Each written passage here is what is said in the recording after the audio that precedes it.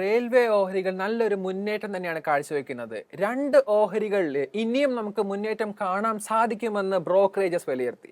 അതിനു മുമ്പായിട്ട് നമുക്ക് റെയിൽവേ സെക്ടറിനെ പറ്റി ഒന്ന് വിലയിരുത്താം. നമുക്ക് റെയിൽവേ സെക്ടറിനെ പറ്റി ഈ വർഷം നമുക്ക് എത്രമാണ് പെർഫോം ചെയ്തത്, ഇനി മുന്നോട്ട് റെയിൽവേ സെക്ടർ എങ്ങനെയാണ് ഇനി മുന്നോട്ട് നമുക്ക് വിലയിരുത്തുന്നത്, അനലിസ്റ്റുമാരും ബ്രോക്കറേജസും നമുക്ക് നോക്കേണ്ടതായിട്ടുണ്ട്. നമുക്ക് ഇപ്രാവശ്യം നോക്കുകയാണെങ്കിൽ നല്ലൊരു ഓൾ ടൈം ഹൈ ലെവൽസിലാണ് നമുക്ക് ഒട്ടുമിക്ക റെയിൽവേ ഓഹരികൾ നമുക്ക് കാണാൻ സാധിക്കുന്നത്. നമുക്ക് ഇതിന്റെ റീസൺസ് ആയിട്ട് പറയുകയാണെങ്കിൽ നമുക്ക് G20 സമ്മിറ്റിൽ നമുക്ക് നല്ലൊരു റെയിൽവേ ഓഹരികൾക്ക് നല്ലൊരു പുഷ് ലഭിക്കുകയും ബിസിനസ് ഡെവലപ്മെന്റുമായിട്ടും നമുക്ക് ഏറ്റവും മേജർ ആയിട്ട് നമുക്ക് ഇത്തവണത്തെയും ഏറ്റവും വലിയൊരു പാക്കേജ് തന്നെയാണ് നമുക്ക് ഇത്തവണത്തെ ബഡ്ജറ്റിൽ നമ്മൾ പ്രഖ്യാപിച്ചിരുന്നത്. നമ്മൾ തുടർച്ചയായിട്ടുമുള്ള ഒരു ഇനി അടുത്ത് വരാനിരിക്കുന്ന ട്രെൻഡ് നമുക്ക് റെയിൽവേ ഓഹരികളെ പറ്റി സംസാരിക്കേണ്ടിയിരിക്കുന്നു. ഇത്തരം പറഞ്ഞിരിക്കുന്നത് സ്റ്റോക്സ് ബോക്സിലെ ഹെഡ് ഓഫ് റിസർച്ച് ആയിട്ടുള്ള മനീഷ് ചൗധരി സാറിന്റെ കമന്റ് തന്നെയാണ്. ഇത്തരം ഒരു സാറിന്റെ വ്യൂസ് നമുക്ക് ഇനി ബുള്ളിഷ് തന്നെയാണ്. ഇനിയും ഒരു റെയിൽവേ സെക്ടറിൽ നല്ലൊരു മുന്നേറ്റം കാണാൻ സാധിക്കുമെന്നും നമുക്ക് സ്റ്റോക്സ് ബോക്സിന്റെ ഹെഡ് ഓഫ് റിസർച്ച് രേഖപ്പെടുത്തിയിരുന്നു. നമുക്ക് ഇത്തവണത്തെ ഈ വർഷത്തെ റെയിൽവേ ഓഹരികളിൽ എന്തുകൊണ്ടാണ് നമുക്ക് നല്ലൊരു മുന്നേറ്റം കാണാൻ സാധിച്ചു എന്നുള്ള ഒരു ചെറിയൊരു ജിസ്റ്റും കൂടി നമുക്ക് നോക്കുകയാണെങ്കിൽ നമുക്ക് റെയിൽവേ ഇൻഫ്രാസ്ട്രക്ചറിലും അത്തരം ഒരു സ്പെൻഡ് ചെയ്തതിലും നല്ലൊരു ഡെവലപ്മെന്റ് തന്നെയാണ് ഈ വർഷം നമുക്ക് കാണാൻ സാധിച്ചത്. 91% ഇയർ ഓൺ ഇയർ എക്സ്പെൻഡിച്ചറിൽ നമുക്ക് വർധനവ് കാണാൻ സാധിച്ചത്, ക്യാപിറ്റൽ എക്സ്പെൻഡിച്ചറിൽ. തുടർച്ചയായിട്ടും വേറൊരു കാര്യം നോക്കുകയാണെങ്കിൽ മേജർ സ്റ്റേഷൻസും ട്രെയിനുകളും റീവാമ്പ് ചെയ്തു എന്നുള്ള ഒരു കാര്യം തന്നെയാണ് ഈ വർഷം നമുക്ക് കാണാൻ സാധിച്ചത്. 400 പുതിയ ന്യൂ ജനറേഷൻ ആയിട്ടുള്ള പുതിയ ട്രെയിൻസുകൾ തന്നെയാണ് നമുക്ക് ഇക്കൊല്ലം ഇന്ത്യയിൽ കാണാൻ സാധിക്കുകയും ക്യാപിറ്റൽ ഔട്ട്ലുക്കിനെ കുറിച്ച് നോക്കുകയാണെങ്കിൽ ഈ 9 വർഷത്തെ ഏറ്റവും കൂടുതൽ ക്യാപിറ്റൽ തന്നെയാണ് നമുക്ക് റെയിൽവേ ബഡ്ജറ്റിൽ നമുക്ക് ഇത്തവണത്തെ ഫിനാൻസ് ബഡ്ജറ്റിൽ റെയിൽവേ സെക്ടറിന് നമുക്ക് ഇത്തവണ അലോ ചെയ്തിരുന്നത്. നോക്കുകയാണെങ്കിൽ പാസഞ്ചർ സെഗ്മെന്റിൽ നല്ലൊരു ഗ്രോത്ത് ഇത്തവണ നമുക്ക് കാണാൻ സാധിക്കുകയും FDI ഇൻഫ്ലോസ് ഈ 1.23 ബില്യൺ ആണ് ഈ വർഷം നമുക്ക് കാണാൻ സാധിക്കുകയും ഇതിന് നല്ലൊരു വളർച്ച 2030 വരെ നമുക്ക് 50 ലക്ഷം കോടി ആകുമെന്നും അനലിസ്റ്റുമാർ രേഖപ്പെടുത്തിയിരുന്നു.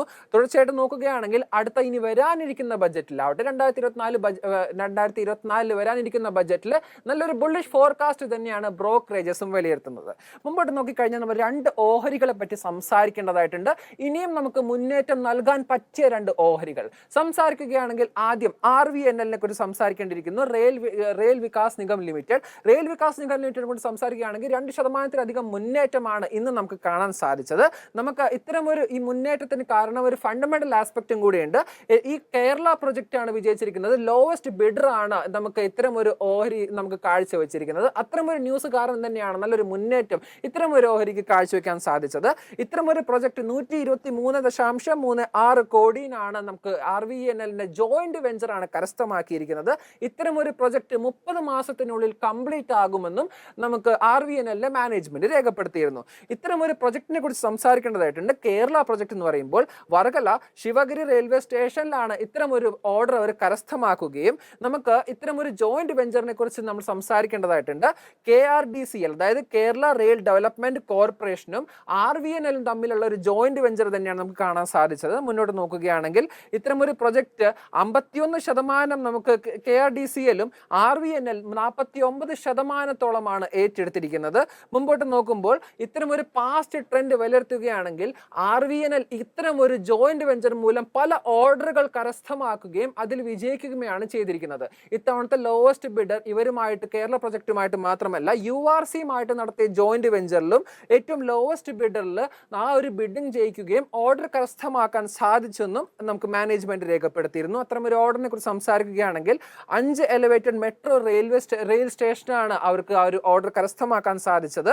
ഇത്തരം ഒരു കാര്യം പറയുകയാണെങ്കിൽ മധ്യപ്രദേശിലെ മെട്രോ റെയിൽ കോർപ്പറേഷനിലും ആവട്ടെ 543 കോടിയുടെ പ്രൊജക്റ്റാണ് അവർക്ക് വിജയിക്കാൻ സാധിച്ചത്. ഇത്തവണ നവംബറിലും ആവട്ടെ നമുക്ക് ലെറ്റർ ഓഫ് അക്സെപ്റ്റൻസ് ആണ് ലഭിച്ചിരിക്കുന്നത്. നമുക്ക് റെയിൽവേ പ്രൊജക്ടിന്റെ 311.2 കോടിയാണ് അവർ ഓർഡർ കരസ്ഥമാക്കിയതെന്നും 18 മാസത്തിനുള്ളിൽ ഇത്തരം ഒരു ഓർഡർ അവർക്ക് കംപ്ലീറ്റ് ചെയ്യാൻ പറ്റുമെന്നും നമുക്ക് മാനേജ്മെന്റ് രേഖപ്പെടുത്തിയിരുന്നു. നല്ല അപ്പോൾ ഒരു ഓർഡർ കരസ്ഥമാക്കുന്ന ഒരു വാർത്തകളും നല്ല ഒരു ഫണ്ടമെന്റൽ ഗ്രോത്ത് ആസ്പെക്ട്സുമായിട്ടാണ് RVL മാനേജ്മെന്റ് മുന്നോട്ട് വന്നിരിക്കുന്നത്. ഇതേ ഒരു വാർത്ത തന്നെയാണ് ആർവിനന്റെ ലോങ് ടേം ഇൻവെസ്റ്റേഴ്സ്ക്ക് കേൾക്കാൻ താല്പര്യപ്പെടുന്നതും. നമുക്ക് രണ്ടാമത്തെ ഓഹരി പറ്റി സംസാരിക്കുകയാണെങ്കിൽ ജുപ്പിറ്റർ വാഗൺസ് ആണ്. ജുപ്പിറ്റർ വാഗൺസിന്റെ ഓഹരിയും ആവട്ടെ നല്ലൊരു ഷെയർ പ്രൈസ് നല്ലൊരു മുന്നേറ്റം നമുക്ക് കാഴ്ചവെക്കാൻ സാധിച്ചു. SBI സെക്യൂരിറ്റീസിന്റെ ഒരു ബൈ റേറ്റിംഗ് തന്നെയാണ് ഇത്തരം ഒരു കുതിപ്പിന് കാരണം.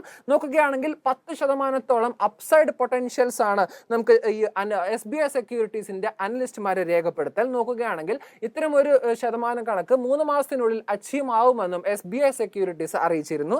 അക്യുമുലേഷൻ റേഞ്ച് ബൈ ഒരു റേഞ്ച് പറയുകയാണെങ്കിൽ 327.5 മുതൽ 332.3 വരെ ഒരു അക്യുമുലേഷൻ റേഞ്ച് എന്നുള്ള ഒരു ബൈയിങ് പ്രൈസ് ആണ് രേഖപ്പെടുത്തിയിരിക്കുന്നത്. മുന്നോട്ട് ഇൻവെസ്റ്റ്മെന്റിന്റെ കാരണം നമ്മൾ നമുക്ക് റിപ്പോർട്ട്സുകൾ വിലയിരുത്തുകയാണെങ്കിൽ ആദ്യം തന്നെ നമുക്ക് ഫൗണ്ടറിയുടെ കപ്പാസിറ്റി എക്സ്പാൻഡ് ആകുന്നും നമുക്ക് ഓർഡർ ബുക്ക് ഹെൽത്തി ആണെന്നും നമുക്ക് ബ്രേക്കിംഗ് ബിസിനസ്സിൽ നല്ല ഒരു മുന്നേറ്റം തന്നെ കാഴ്ചവെക്കാൻ സാധിക്കുമെന്നും SBI സെക്യൂരിറ്റീസ് രേഖപ്പെടുത്തിയിരുന്നു. ഇലക്ട്രിക് മൊബിലിറ്റിനെ കുറിച്ച് സംസാരിക്കുകയാണെങ്കിൽ ജുപ്പിറ്റർ വാഗൺസ് ഇനി നമുക്ക് EV സെഗ്മെന്റിലോട്ട് കടക്കുകയും നല്ല ഒരു കമേഴ്ഷ്യൽ ലോഞ്ച് തന്നെ അടുത്ത വർഷം കാണിക്കാൻ സാധിക്കുമെന്നും മാനേജ്മെന്റ് രേഖപ്പെടുത്തിയിരുന്നു. വാല്യൂഷനെ കുറിച്ച് സംസാരിക്കുകയാണെങ്കിൽ P വാല്യൂ നമ്മൾ നോക്കുകയാണെങ്കിൽ നല്ല ഒരു അട്രാക്റ്റീവ് വാല്യൂവേഷൻ തന്നെയാണ് ഇവിടെ കാണാൻ സാധിക്കുമെന്നും മാനേജ്മെന്റ് രേഖപ്പെടുത്തി.